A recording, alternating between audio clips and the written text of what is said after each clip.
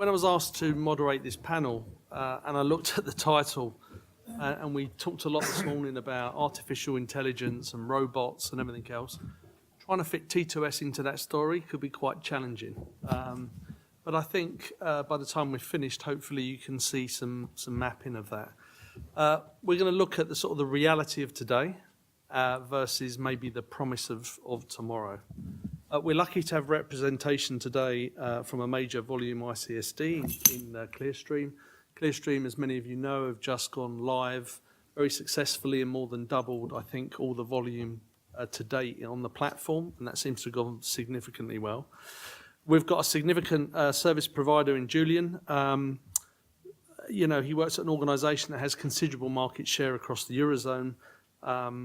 And we've got Michael, who seemed to be, you know, his Northern Trust organisation seemed to be extremely proactive and innovative in the investment managing and fiduciary banking services. So let me introduce, first of all, Guido. Guido operates out of Frankfurt. He runs the market development for Clearstream Banking. He's a member of the executive board of Clearstream Lux, and his responsibilities include, amongst other things, Clearstream's business development globally, including the commercialisation of T2S. He's a regular speaker and an important figure in the ICSD community.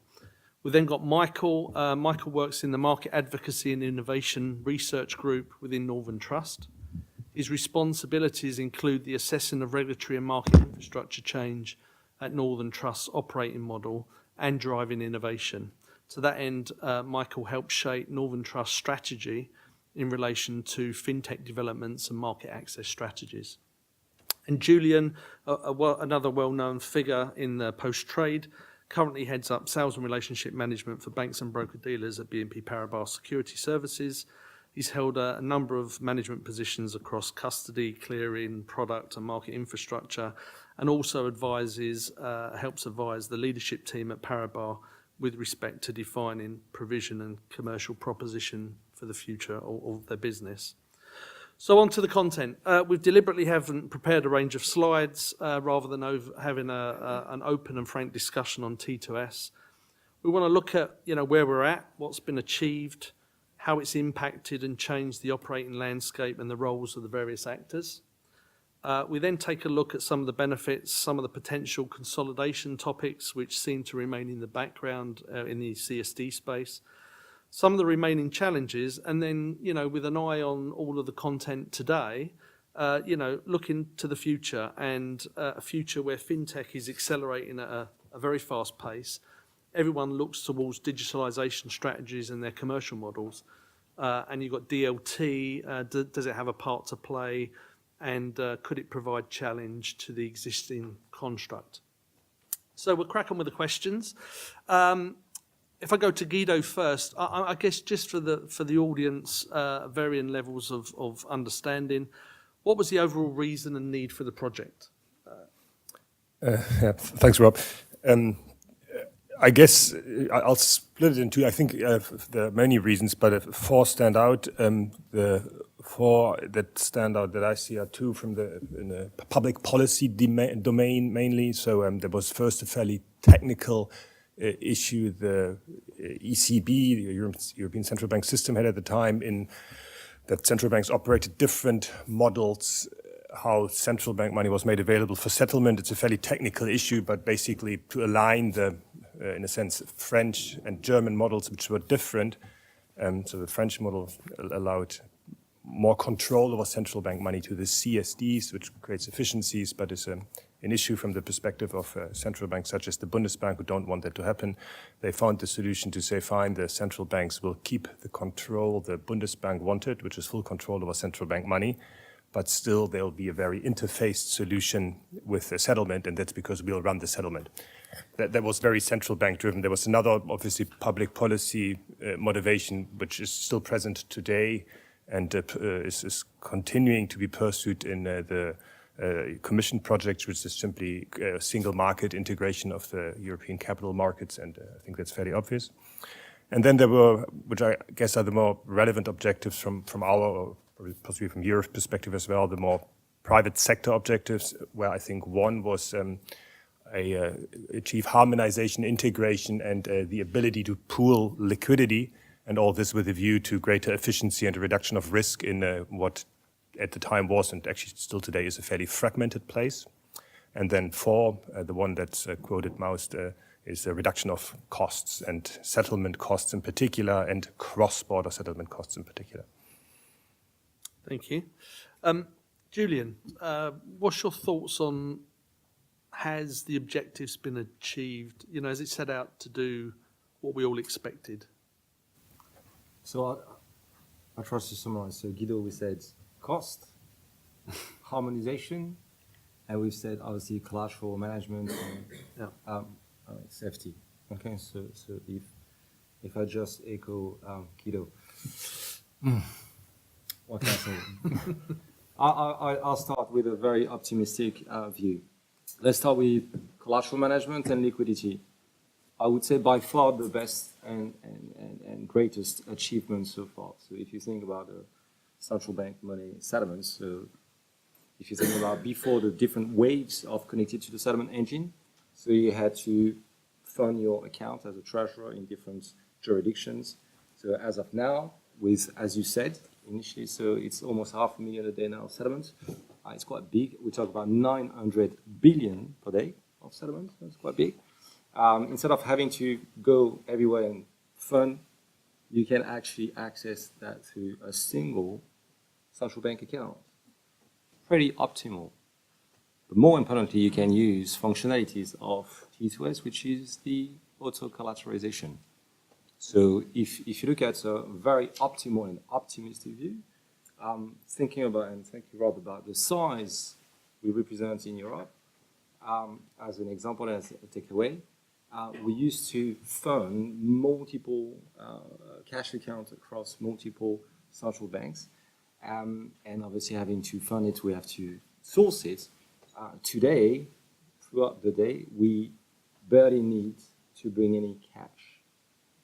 So on behalf of our client, basically the whole day can be auto funded through a mechanism which is one central bank account, and basically on behalf of our client, we just, through the mechanism of auto call and others, we just have to watch and supervise just in case. That's quite powerful. That's a very optimistic view, by the way.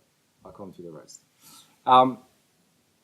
When it comes to harmonization, I would say simplification by far. We talk about one single engine, so you connect to the engine. Not everyone is connected to directly to the engine, but if you do, it's simplified.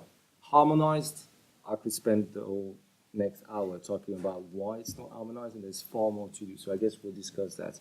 There's far more items and way too much different features that are still not harmonized. But we've made some progress.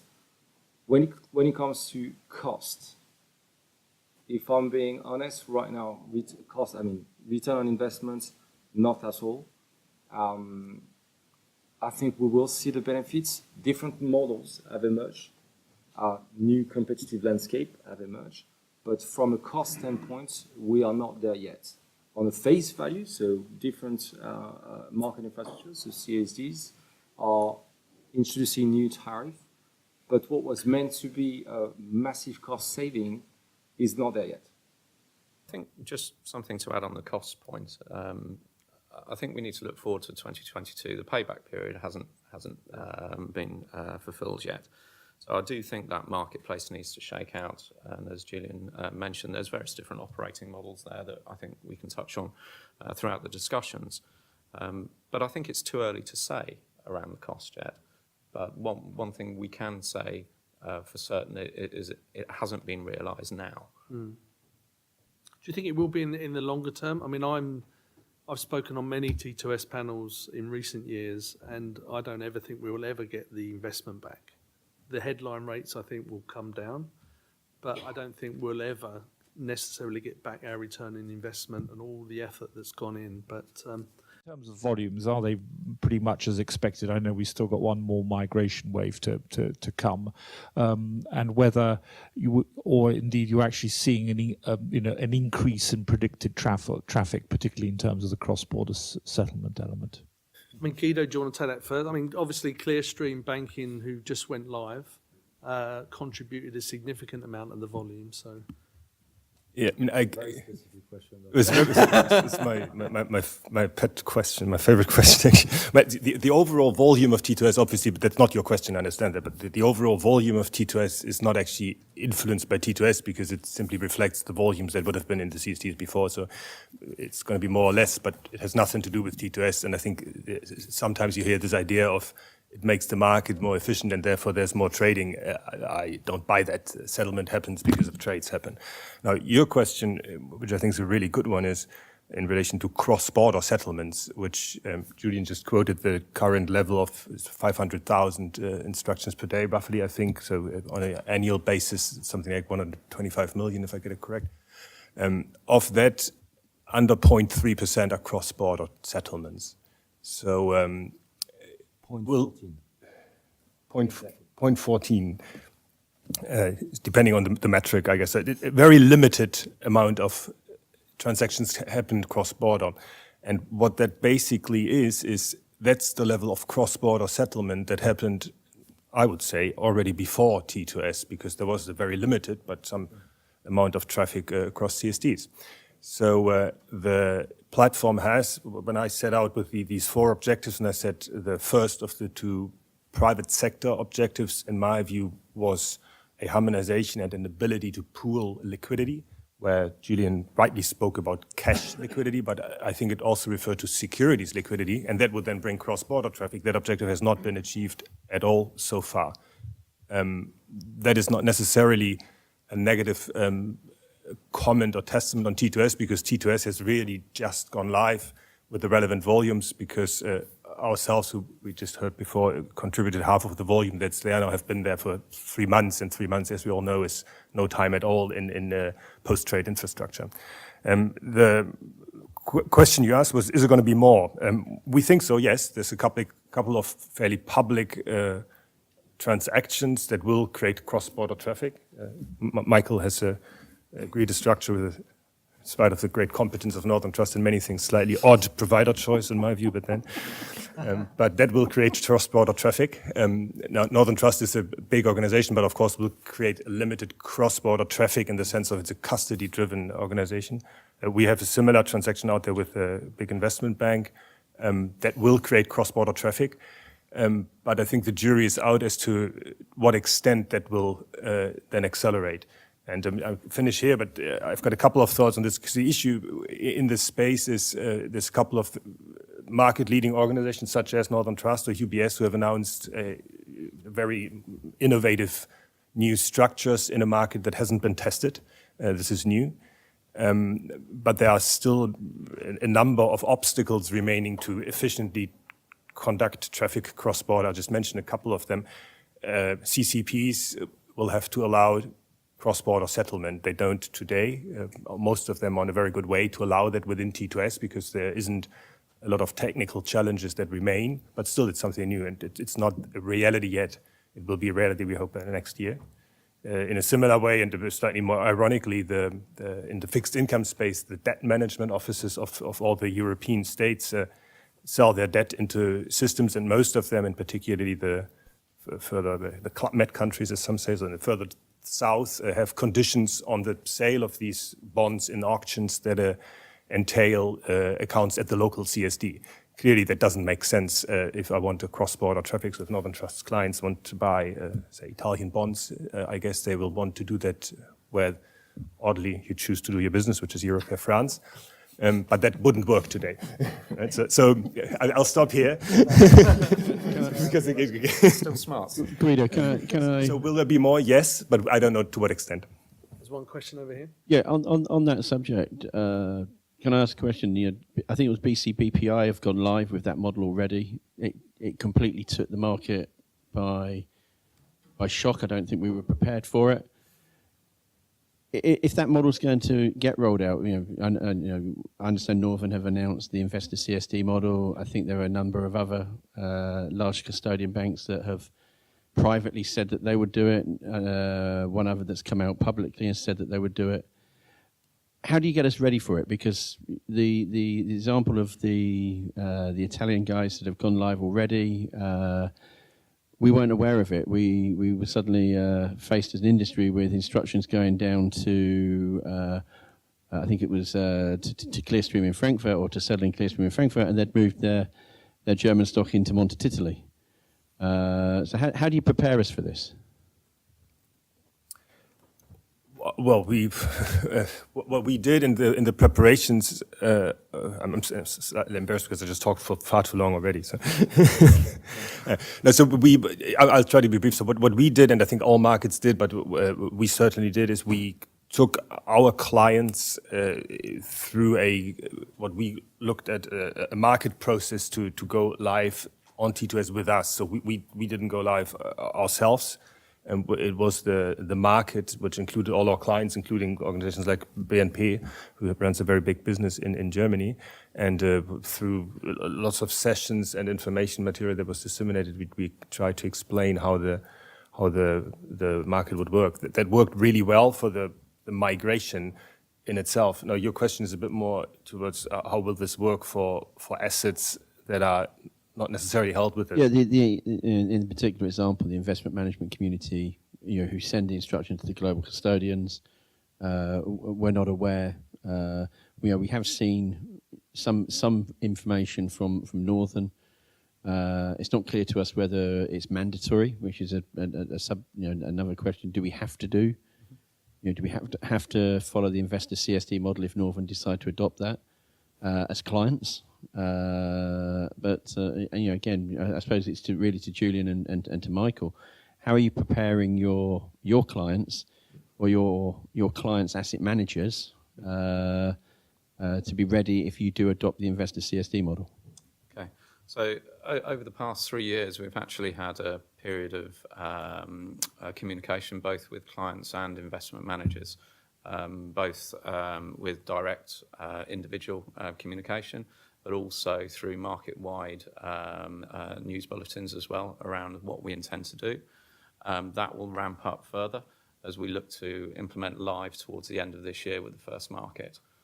So we will make absolutely sure that the investment management community and clients are on message in terms of things like SSIs and what's required from them. Julian? Yes. And is it mandatory? It is, yes. So I can't even count how many different type of models and how many discussion I had over the last couple of years. Let's say up to 4 or 5 years ago, there was a massive rush about what do we do? And I'll start to your point, Paul, in terms of when it comes to the buy side, because within organization there's a large proportion of buy side and sell side clients. The major focus was coming from the sell side, and the different type of models and questions were coming from the sell side. I'll come back to that because from a buy side standpoint, a lot of them don't even know. I organize breakfast, T2S events, and from a buy side community standpoint, the question they would ask you is, have you got a strategy? And basically, and I think we're going to touch base on regulation impacts, asset safety. That would be the point if I have to make one point about how they're safe and how do you manage that. So have you decided to go and have access to the market infrastructure? From a sell side standpoint now, there's a combination of points or elements to take into account. The one we've mentioned is cost. I mean, cost is a massive driver. So is it there? How can you facilitate a better cost? I mean, a cost efficiency model for me. Access to collateral and liquidity. Wow, I'm rich, cash rich, or I've got high liquid asset that I want to use. And then, so the last driver is obviously harmonization, but certainly the protection of those assets. And I can tell you that I've seen all type of models. So we've described a couple of models. There's different, you can white label an account at the CSD level to ensure that there's no agent between. You can segregate the access to your central bank account. It completely depends on your operating model and your ambition objectives. I can quickly summarize.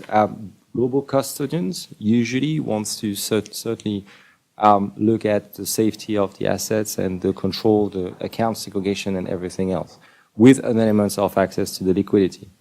Investment bank, by far, definitely the driver cost and access to liquidity. So some of them have renegotiated with the agents and open up a direct cash account just to benefit of their own liquidity.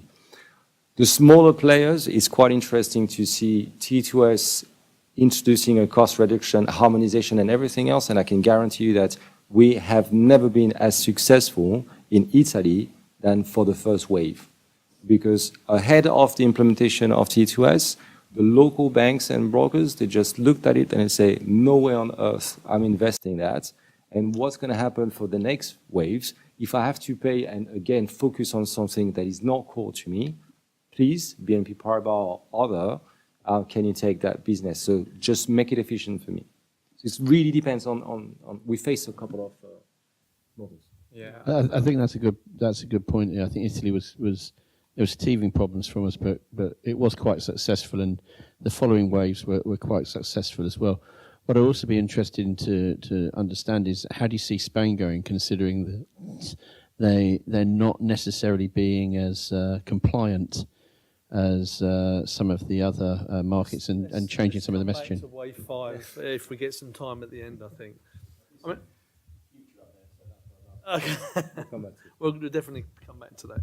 I guess, look, T2S has been, in my opinion, certainly a beneficiary of other regulation and all the landscape changes. Michael, what do you think, what still needs to be done, and how has T2S benefited from things like CSDR, and what sort of challenges are still left with the platform and the harmonisation, and Okay.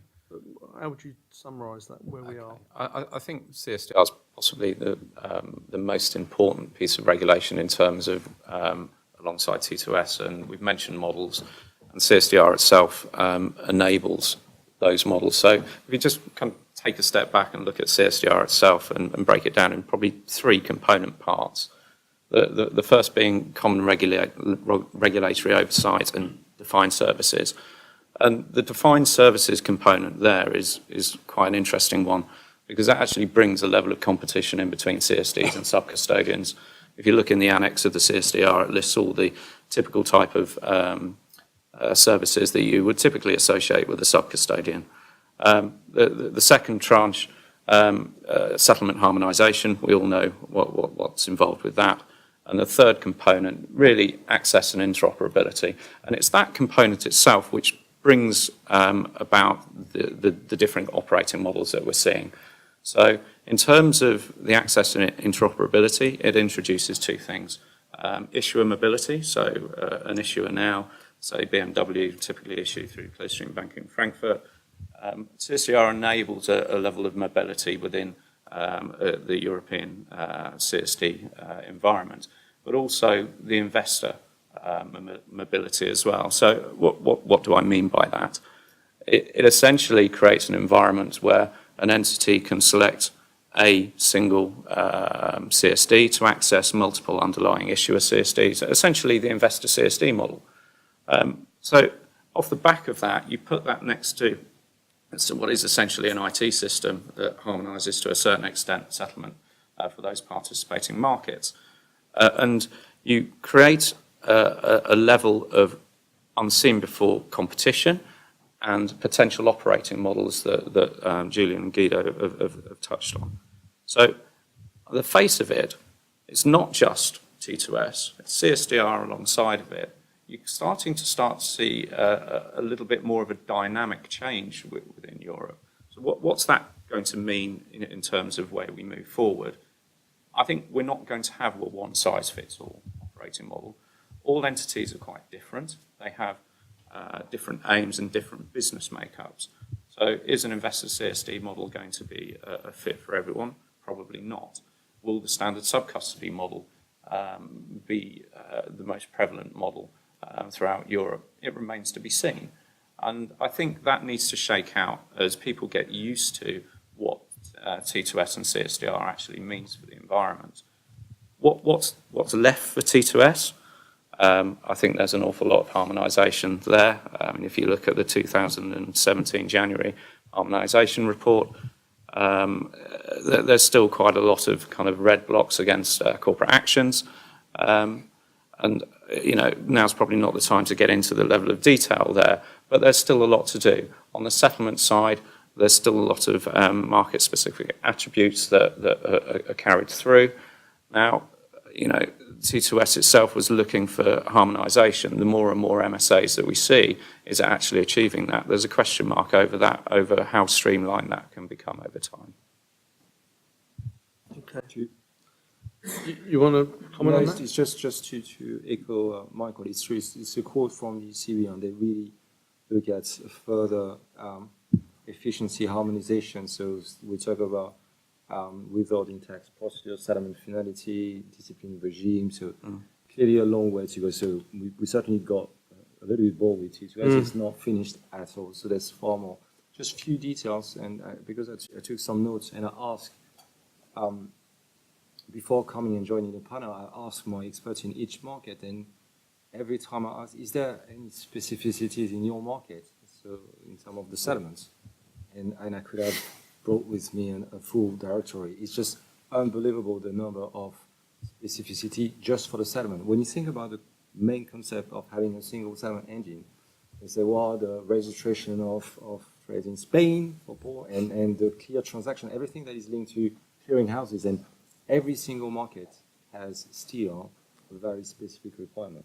So a little bit more work to do. We'll get there. Just one thing to add, actually, just on the regulation point, and specifically in relation to CSDR. While CSDR to a large extent has enabled T2S in terms of its success, there is one element which Article 38 in terms of segregation, which basically offers clients a choice between segregated and omnibus accounts throughout Europe. T2S was essentially built as an omnibus system. Now, if that level of choice is taken up in its entirety by the European marketplace, again, it remains to be seen how T2S will actually cope with that. So while on the one hand, regulation can facilitate kind of infrastructural change, we need to be careful about those unintended consequences. I mean, it's a good segue for Guido and Julian. I mean, there are some early adopters of models. Northern Trust was certainly one of them, who went pretty early with a sort of model for T2S. From what I see, mainly in the client community, people sit on the fence, continue to sit on the fence a bit. But how do you see the different models and actors interacting now? I mean, what are the important considerations for clients as they now look coming up to the end of the fifth wave? What are really the important drivers for them now to consider, having sat and waited for a long time? I can, yeah. I mean, Julian mentioned some of them before, and it depends obviously very much on who the client is. But I think there's one theme which is not the most important one, but it's valid for everybody, which is this harmonization theme on a tech layer, on a process layer, and simply having a single process and not a whole range of fragmented processes, which enables reduction in costs and a greater efficiency and also reduction in risk.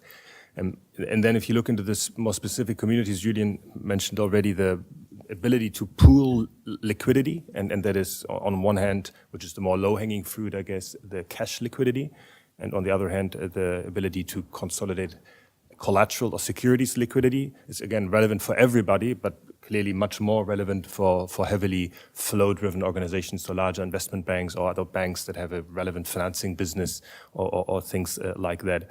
So that is a key consideration for this group of organizations, I think. And there's a last consideration which is more relevant for the T2S in countries. Obviously, every financial institution in T2S in countries has a CSD of choice, because it's actually not choice, not the right word, but they have a CSD where they're based and they've grown up with these CSDs and they are intertwined on a tech layer and on a culture layer, on a language layer, often to a very large extent. So for organizations that are based in the Eurozone, there's clearly a consideration, which is, given I do so much business with my home CSD and given I can work with them for good or bad, can I consolidate more business in that CSD? And some CSDs try to offer that type of service to their client base, so essentially holding securities that are not the domestic securities, and others don't. Julian, what do you see? I mean, outside of the models that were offered, I think there was a lot of service providers originally going for one-stop shop. Then I've seen the emergence of, well, let's not put all our eggs in one basket, maybe have split providers. Are you seeing wholesale changes in thinking now of your clients, and what are they thinking? One-stop shop still works. One-stop shop, yeah, of course. But let's be clear. So as I said earlier, so Can't even count how many discussion I had, and I still have. So if we've been clear so far, you can see that although T2S has introduced a very good concept, there's a still long way to go. Okay, so long way. I hope we're going to be able to accelerate, but clearly, just talking about the infrastructure and the engine as such, it's pretty clear that there's a long way to go. Well, if you take that into account, I can guarantee you that clients that initially thought about different type of alternative models or discussed multiple solutions that have not taken a decision as of today, the first comment I say is, well done.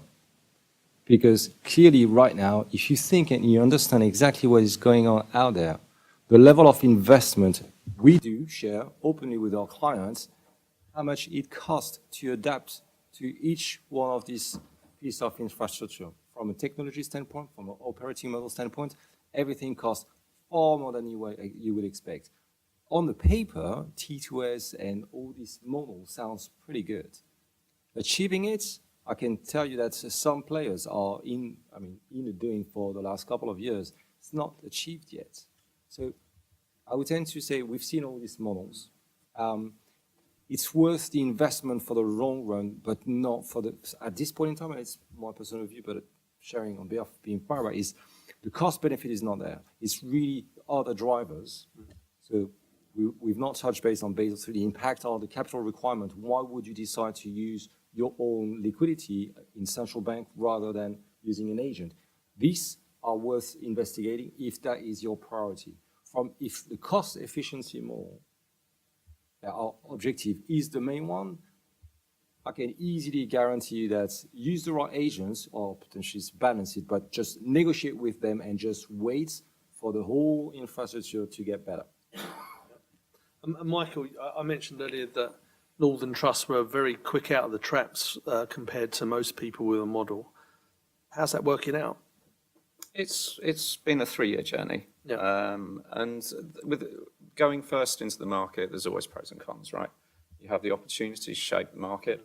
You have the opportunity to shape the infrastructure that you're plugging into. And that's where we benefited. I think people that go into the model after us will benefit from that. But we took the choice as an early adopter. We wanted to be able to be in control of our own destiny with that. And that's what we've achieved. And have you changed any of the thinking over time, or just adapted to the variants? There's been certain nuances over time with any kind of multi-year, multi-million-dollar program. You're always going to get an element of that. Rob, can I just ask a quick question? This is interesting. We do a lot of work on distributed ledger technology and future models. There's Paxos out there, all that other stuff, right? On a scale of positive towards T2S, neutral or negative towards T2S, how would you see an introduction of a DLT? Let's imagine for a moment that we're all going to work together and we have a DLT environment. Do you see that impact T2S in terms of liquidity solution? Because they're going to be cheaper, right? The goal is to have an infrastructure that's cheaper, much more agile, much more competitive to that nature, where all the other people that are connected to T2S don't have that opportunity. So, it's a great question, and it's something that we're thinking an awful lot about. And in terms of where T2S goes, so if you take a step back first, and once T2S is implemented, it can't stand still. That's absolutely clear. And the advent of DLT, digitally issued securities, potentially central bank digital cash or tokenized cash, we're already talking about that. Northern Trust itself, we launched a private equity and DLT ecosystem in February this year. It's there, it's gaining momentum. Now, one thing's absolutely certain, there's been an absolute massive investment in T2S. For that to evolve over time, to either accept digitally issued securities and or cash to create settlement finality in that digital world, it has to do that over time. Now, the competing infrastructures that you've mentioned there And funnily enough, CSDR enables those. So in Europe, where the CSDR said, okay, if you adhere to the Settlement Finality Directive, if you're an SSS status, we do see that there will be competing infrastructures there. So for Northern Trust as a global custodian, we provide gateways to financial ecosystems. That's what we do on a safe basis on behalf of our clients. So back to your question, will we see it taking volume out of T2S? If T2S doesn't evolve, then the answer is yes. And Julian, what do you see? I mean, obviously, there's a lot of talk about distributed ledger technology. I even heard a comment the other week that it could completely make the whole of T2S redundant, which I don't quite see. But certainly, there's a lot of servicing aspects around settlement, be it in corporate actions or other areas. How do you see new technologies and fintech evolving to complement what's there or make it redundant? I will absolutely echo Michael. In a sense that I think the concept of ecosystem. So if you think about what we've been saying so far, so the engine, the system, or the cost of, I don't even know how much cheaper that could have been if that would be another technology. I don't think that's the issue. The issue is that it's everything else around the settlement engine that needs to be fixed.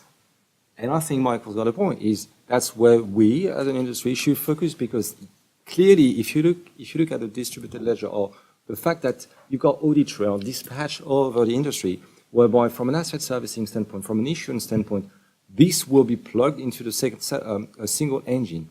That should benefit everyone.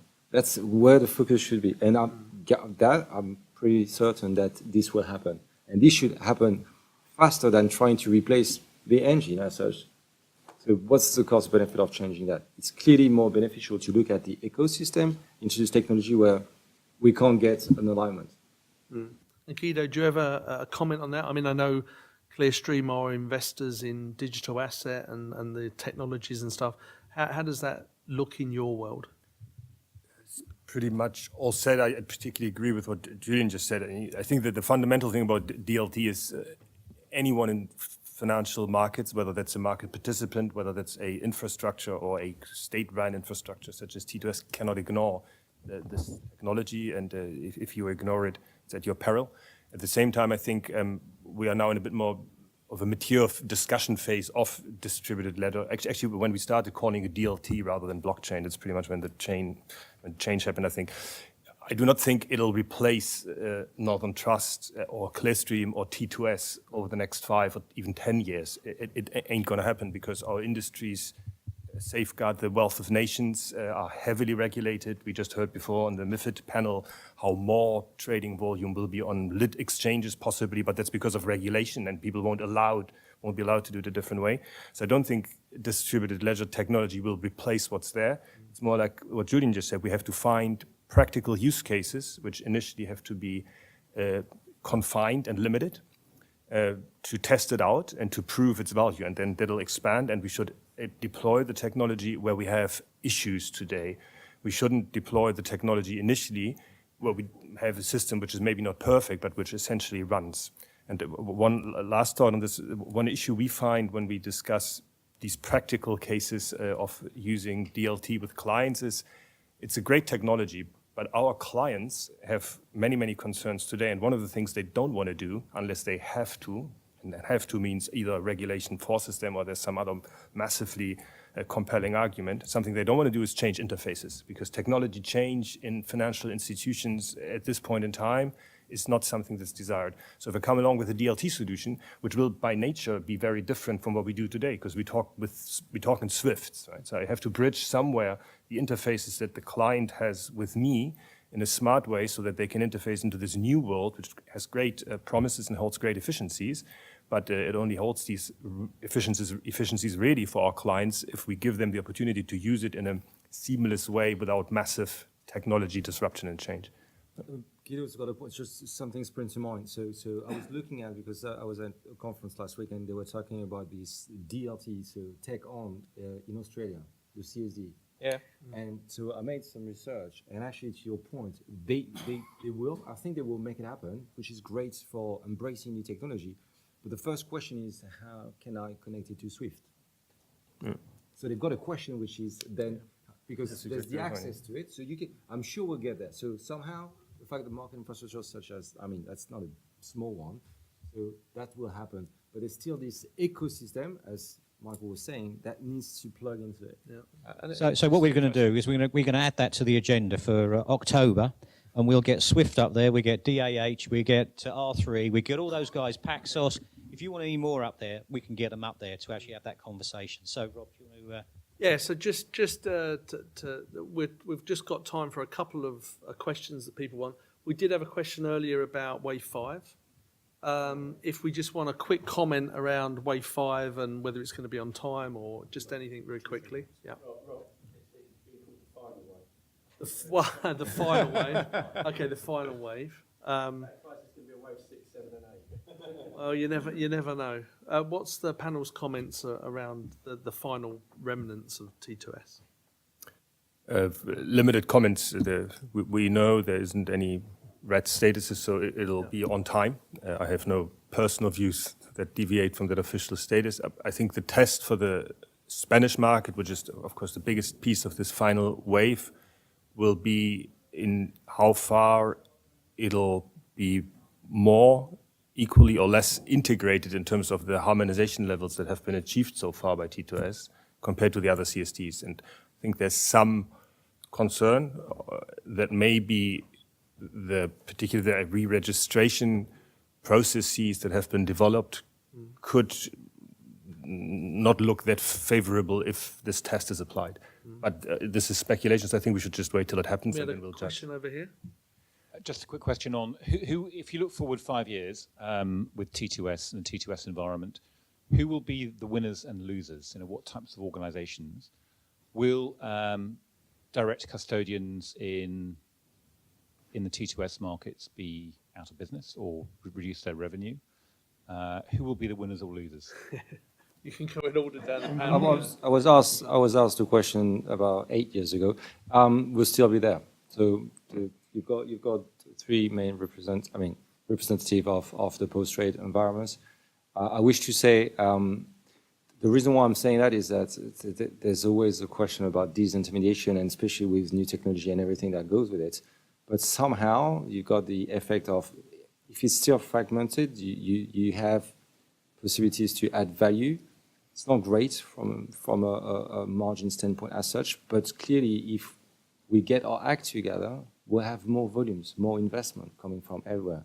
And I think as long as you add value in the whole chain or in investment, I think there's a room for all of us. This will change the ballpark, the market share and anything else. But clearly, I've been told so many times that we would disappear. I saw an article about that. I think for me, you've got to look beyond 5 years. I know the question was 5 years, but in terms of looking beyond 5 years, and I don't think you can look at T2S in silo now. I think you've got to look at those competing infrastructures, DLT-based, and how they interact with each other. It remains to be seen, but if T2S doesn't evolve, I think it will have a negative impact on that system. The winners will be those who have the ability to offer pan T2S services, and losers will be those who do not have that ability. Agree with Michael, though it may take some time. I think there could be, they're not there yet, but there could be some winners, in contradiction to what I just said, who specialize in something, and that could include a region, but it could be a particular type of service, so that would not be then the multi-market agents or the multi-market CSDs, but that's as yet to be seen. One last thought on this. In the CSD space, where we operate, obviously, one of the issues that stops the separation of winners from losers is that CSDs still have in two places really, the ability to apply monopolistic pricing. And if you give people the opportunity to apply prices in a monopolistic environment, then they can do really badly but still survive. And I think that's something that will have to be addressed going forward. So these two spaces are the issuer CSD custody fees, where essentially every CSD has a monopoly on whatever is issued in their jurisdiction. I think competition there will slowly evolve, but it's going to take some time. And the other piece is the ability of CSDs to essentially tax transactions against their clients by clients of other CSDs. So if Michael's clients in Euroclear buy Italian securities, likelihood is they'll buy them from the Italians, and the Italian CSD has a possibility to tax his trades, although Northern Trust doesn't contract with them. So I think that's an issue. Look, thank you to the panel. I would encourage you all to reach out to these guys. They've got a tremendous amount of experience between them, from service provision to the CSD space. And obviously Northern Trust, very innovative in some of the thinking around DLT and impacts there. So thank you very much.